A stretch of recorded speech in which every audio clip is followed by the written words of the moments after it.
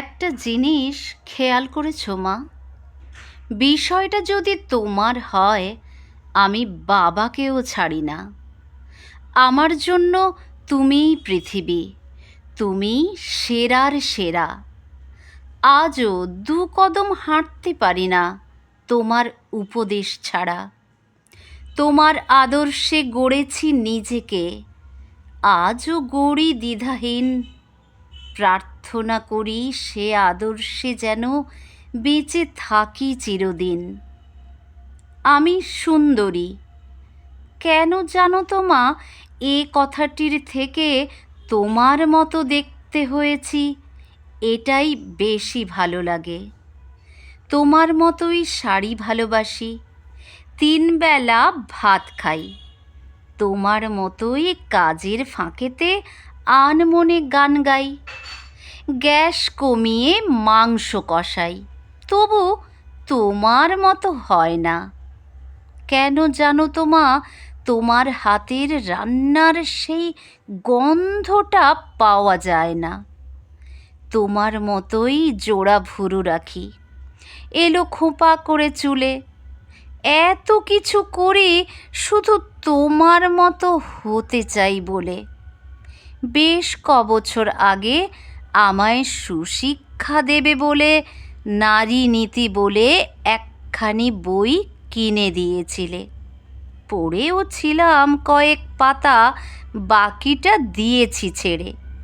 কিছুটা পড়েই মনে হয়েছিল কি করব এটা পড়ে। বই না পড়ায় আমার ওপর বেশ রেগেছিলে তুমি। জিজ্ঞাসাও করেছ, যদিও তখন কিছুই বলিনি আমি। কি বলবো মা, কি পড়বো আমি ওই কটা কাগজের ভাঁজে? আসল নারী তো বিরাজ করছে আমার মায়ের মাঝে। জানো তো মা, ওই বইটার প্রতিটা পাতার কথা মনে হয়েছিল তোমাকে নিয়েই, তোমাকে ভেবেই গাঁথা।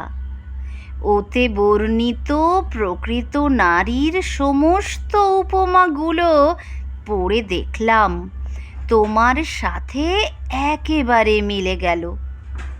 তাই 2 পাতা পড়েই ফেরত দিলাম বইটা তোমার কাছে। আমার কাছে প্রকৃত নারীর জীবিত উপমা আছে, তাই মিথ্যেই করি তোমার আদলে নিজেকে গড়ার বায়না।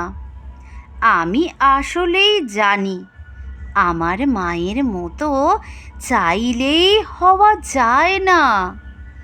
তোমার মতো অতি স্নিগ্ধতা আমার ভেতর কই? তোমার মতো এত স্নেহশীলা আমি অন্তত নই।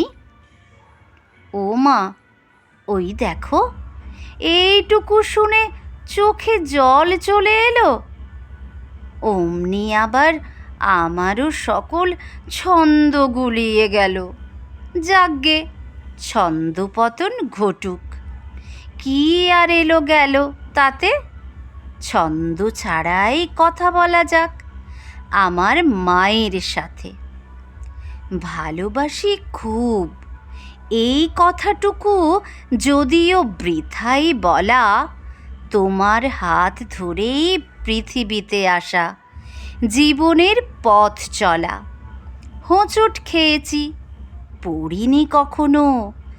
তুমি হাত ধরেছিলে, অবাধ্যতায় শাসন করেছ, এগিয়ে যাওনি একা ফেলে। আমি হাসতে শিখেছি, বাঁচতে শিখেছি আবার নতুন করে। কারণ তুমি এই হাতখানি দাওনি কখনো ছেড়ে।